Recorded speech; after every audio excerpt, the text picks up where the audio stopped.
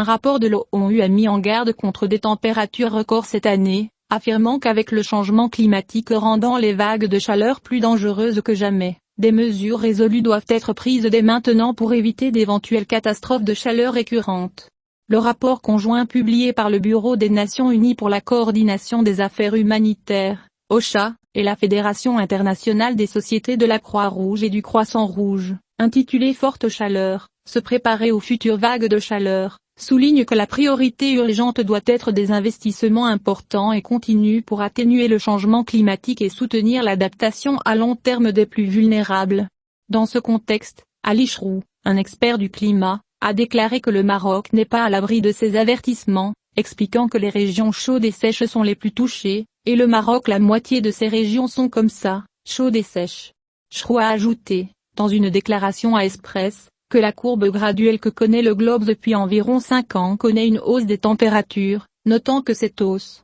même dans de faibles proportions, a un impact négatif sur la tendance générale. Le porte-parole a expliqué à Express que le climat connaît une évolution progressive à moyen terme, et des premiers impacts sur la sécheresse. Compte tenu du temps et du lieu, les zones chaudes et sèches deviennent de plus en plus chaudes et sèches, et la hausse de température dans ces zones est très importante, contrairement aux zones froides et humides. Le climatologue a parlé d'un impact direct sur la rareté de l'eau et le changement des propriétés du sol, notant que les sols secs sont plus dangereux au niveau agricole, et dans le cas de fluctuations météorologiques qui donnent de la pluie, même dans un court laps de temps, il peut entraîner des catastrophes naturelles, telles que des inondations. La même source a souligné que les zones arides sont également connues sous le nom de courants d'air chaud et provoquent d'autres catastrophes, telles que la désertification et la migration des dunes de sable au détriment des sols agricoles. Chrou a averti que le Maroc n'est pas à l'abri de ces dangers, d'autant plus qu'il est divisé en 2 parties à travers la chaîne de montagnes du Haut-Atlas, qui est une barrière naturelle et géomorphologique qui divise le pays dans les régions septentrionales du Haut-Atlas, connues pour son climat modéré.